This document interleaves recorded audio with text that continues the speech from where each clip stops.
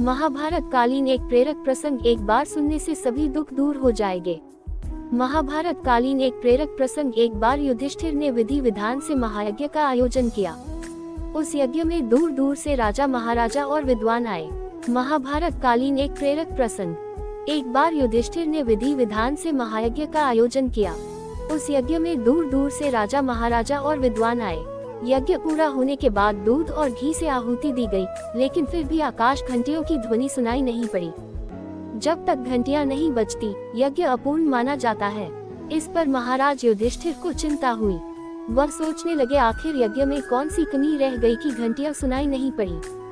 उन्होंने भगवान कृष्ण को अपनी यह समस्या बताई। कृष्ण ने कहा, किसी गरीब, सच्चे और निश्चल हृदय वाले व्यक्ति को बुलाकर उसे भोजन कराएं। जब उसकी आत्मा तृप्त होगी तब आकाश घंटियां अपने आप बज उठेगी। कृष्ण ने ऐसे एक व्यक्ति का पता दिया। धर्मराज स्वयं उसकी खोज में निकले। आखिरकार उन्हें उस निर्धन की कुटिया मिल गई। युधिष्ठिर ने अपना परिचय देते हुए उससे प्रार्थना की, बाबा, आप हमारे यहाँ भोजन करने की कृपा करें। पहले तो उसने मना कर दिया, लेकिन काफी प्रार्थना करने पर वह तैयार हो गया।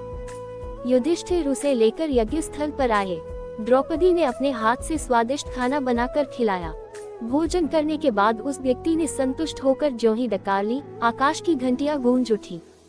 यज्ञ की सफलता से सब प्रसन्न हुए। युधिष्ठिर ने कृष्ण से पूछा, भगवान, इस निर्धन व्यक्ति में ऐसी कौन सी विशेषता है कि उसके खाने के बाद ही यज्ञ सफल हो सका। कृष्ण ने कहा, धर्मराज, इस व्यक्ति में कोई विशेषता नहीं है।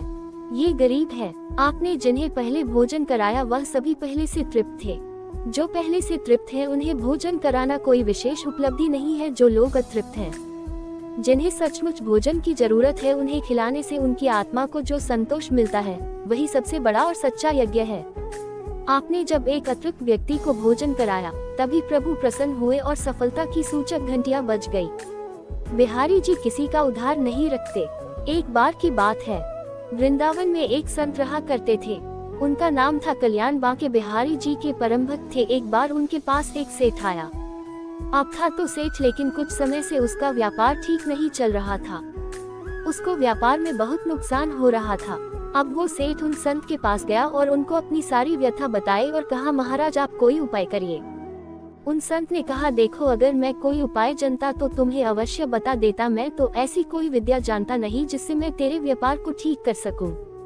ये मेरे बस में नहीं है। हमारे तो एक ही आश्रय है, बिहारी जी। इतनी बात हो ही पाई थी कि बिहारी जी के मंदिर खुलने का समय हो गया। अब उस संत ने कहा, तू चल मेरे साथ। ऐसा कहकर वो संत उसे बिहारी जी के मंदिर में ले आए और अपने हाथ को बिहारी जी की ओर करते हुए उस सेठ को बोले, तुझे जो कुछ मांगना है, जो कुछ कहना है, इनसे कह दे, ये सबकी कामनाओं को पूर्ण कर देते हैं। अब वो सेठ बिहारी जी से प्रार्थना करने लगा। 2-4 दिन वृंदावन में रुका, फिर चला गया। कुछ समय बाद उसका सारा व्यापार धीरे धीरे ठीक हो गया। फिर वो समय समय पर वृंदावन आने लगा। बिहारी जी का धन्यवाद करता। फिर कुछ समय बाद वो थोड़ा अस्वस्थ हो गया। वृंदावन आने की शक्ति भी शरीर में नहीं रही। लेकिन उसका एक जानकार एक बार वृंदावन की यात्रा पर जा रहा था, तो उसको बड़ी प्रसन्नता हुई कि ये बिहारी जी का दर्शन करने जा रहा है। तो उसने उसे कुछ पैसे दिए, 750 रुपए, और कहा कि ये धन तू बिहारी जी की सेवा में लगा देना और उनको पोशाक धारण करवा देना। अब बात तो बहुत पुरानी है ये।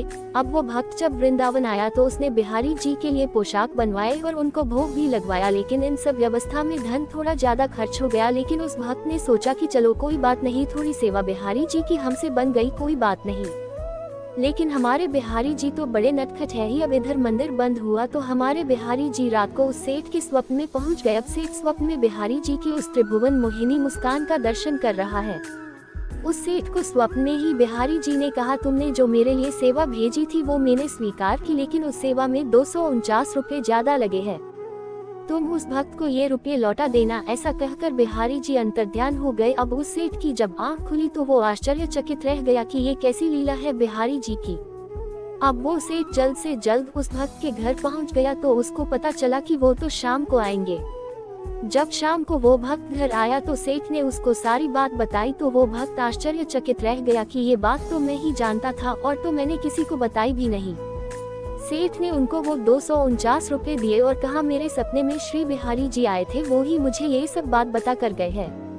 ये लीला देखकर वो भक्त खुशी से मुस्कुराने लगा और बोला, जय हो बिहारी जी की, इस कलयुग में भी बिहारी जी की ऐसी लीला।